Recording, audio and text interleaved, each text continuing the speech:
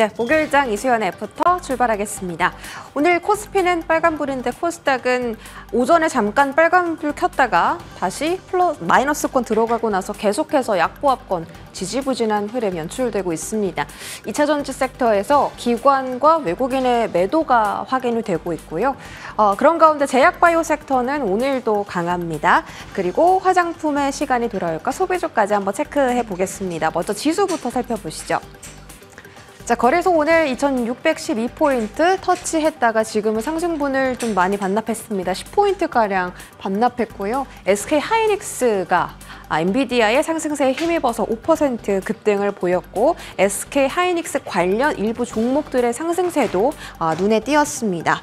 코스닥 흐름은 일단 외인 기관의 동반 매도가 나타나고 있고요. 오늘 저점 772선 터치한 이후에 계속 그 근처에서 거래되고 있습니다. 10월 달에는 어떤 독보적인 움직임이 나타나는 것이 아니라 계속 횡보하는 흐름이 코스닥에서 연출되고 있고 어떤 트리거가 코스닥 지수 흐름을 좀 올려줄까요? 뭐 금투세 이야기도 있겠고 계속해서 개별 장세가 펼쳐지고 있습니다. 제약바이오는 제가 지난 거래일에도 비만 치료제 위주로 말씀을 드렸었는데 오늘도 강합니다. 펩트론이 일라이릴리와 기술 평가 계약을 체결했다. 그런데 그 가치가 얼마나 될지 아직 가늠이 안 된다. 이렇게 말씀을 드렸었는데 지난 거래일에 상한가 직전까지 갔었고요. 오늘도 추가적으로 두 자릿대 상승률을 기록하고 있습니다.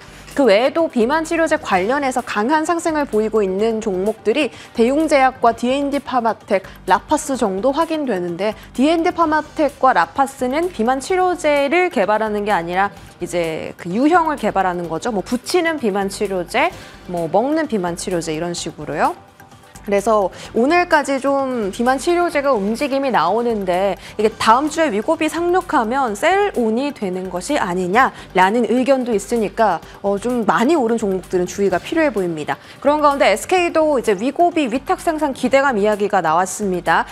노보노디스크가 위고비 수요가 너무 많다 보니까 계속 이 생산 시설을 확보하고 있는데 마침 SK의 팜테코라는 기업이 21년도에 프랑스 기업과 지분 70% 인수 계약을 체결했고 미국 CBM사 2대 주주로도 올라가서 유럽 쪽으로 이제 활로가 열려 있습니다. 그런데 비만 치료제 쪽 CDMO 진출 가능성이 있다라고 증권가 리포트가 나왔고요. SK의 100% 종속 회사이기 때문에 SK 관련 종목들도 한번 흐름 체크해 보시고 대웅제약도 월 1회만 맞으면 되는 정말 장기 지속형 비만 치료제를 공개를 했는데 이 마이크로니들 패치제 임상 일상 계획을 받았으니 앞으로의 결과에 따라서 또 주가 흐름을 갈릴 예정입니다. 오늘 주가 자체는 강하고요. 다음 한번 보겠습니다. 비만 치료제 이외에도 볼만한 것들이 뭐가 있을까? 다음 주자가 누가 될까? 만약에 제약바이오가 계속 순환매를 도는 거라면 10월이 기대되는 이유 이렇게 제가 좀 적어드렸는데요. 지난 시간에도 보여드렸던 화면입니다. 호실적에 기대되는 종목 그리고 이제 바이오텍의 딜 성수기이기 때문에 혹시 기술 이전 이야기가 나올 수 있는 종목들 이렇게 체크를 해드렸는데 리가켄바이오 오늘 오후 2시에 나왔습니다. 일본의 제약사와 ADC 쪽 기술 계약 체결했다. 패키지 딜이라고 해서 2시 이후부터 좀 슈팅이 나오고 있는 구간이고요. 뭐 신영증권에서 오송 공장을 다녀왔다라고 하는데 그중에서 바이넥스와 메디톡스 매수 가능하다. 비중 확대 의견을 제시했습니다. 내용도 확인해 보세요. 자, 다음 한번 보겠습니다.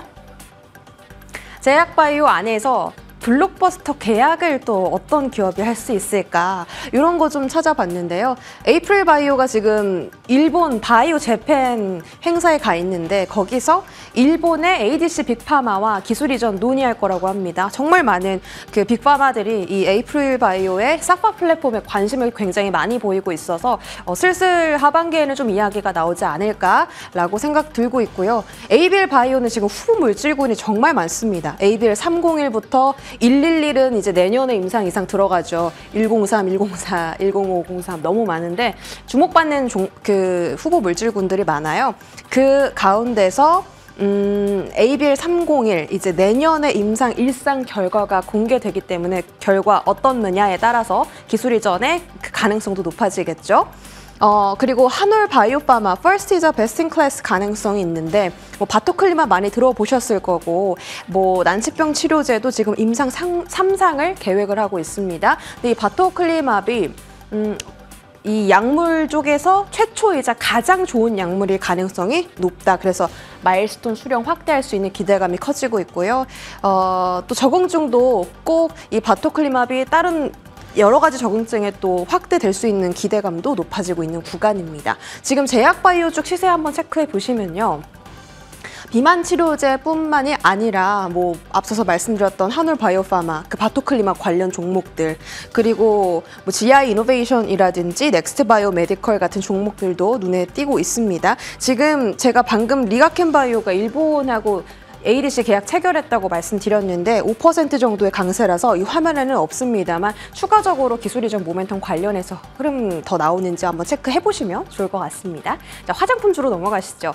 중국 소비주 이야기가 요즘 좀 잠잠한데요. 성장세와 월간 출하 데이터, 아마존 순위, 구글 트렌드가 약간 좀 둔화가 됐습니다. 성장세는 계속 높아지고 있긴 한데 이제 전분기 대비해서는 약간 꺾인 거고요. 4분기에는 주요 쇼핑 이벤트들, 뭐 블랙 프라이데이나 아마존 데이 이런 게 있기 때문에 다시 주가가 회복할 가능성이 있다. 근데 그게 10월과 12월일 가능성이 있다라고 예상이 나왔습니다. 탑픽은 코스맥스와 한국콜마, 공통점은 ODM, OEM 업체다. 하나증권도 아직은 모멘텀이 꺾였다고 보기엔 이른 시점이라고 했고, 그 이제 온라인에서만 판매를 했잖아요. 이제 오프라인에서는 이제 유통이 되기 시작했다. 지금 초입 단계이기 때문에 또 어떤 결과가 나올지는 조금 더 흐름을 지켜봐야겠죠. 실적 예상 종목들을 좀 봤는데 하회는 이제 중국향 비중이 있는 아모레퍼시픽과 LG생활건강이고요. 컨센 상회는 ODM, OEM 업체였습니다. 다음 화면에서 조금 더 구체적으로 볼게요. 실적 호조가 기대되는 종목은 코스메카 코리아, 한국콜마, 코스맥스 이렇게 세 가지 종목인데 목표 주가까지 좀 자세하게 적어놨습니다. 한번 확인해 보시고 실적 부진은 여전히 이제 중국향으로 부진을 지속하고 있는 아모레퍼시픽, LG생활건강이 특히 그 새로 나온 그 브랜드를 론칭을 했는데 그 브랜드의 마케팅 비용이 상당히 많이 들어가나 봅니다. 근데 그 마케팅 비용이 앞으로도 좀 쓰일 예정이라서 그런 부분에서 좀 중기적으로는 암울하다. 하지만 리브랜딩 진행하고 나서 나중에 좀 본다면 괜찮을 수도 있다라는 전망입니다. 목표 주가는 45만 원 이렇게 체크해보고요. 화장품주 안에서 오늘 시세가 특히 가장 강한 거 VT입니다. 그 니들샷이라고 해서 뭐 다이소, 올리브영에서 엄청 핫하게 잘 팔리고 있는 화장품인데 이게 코스트코에 입점이 됐다라는 소식이 전해지면서 오늘 장중 11% 급등했고요. 펌텍코리아는 화장품 용기 만드는 회사인데요. 7% 급등.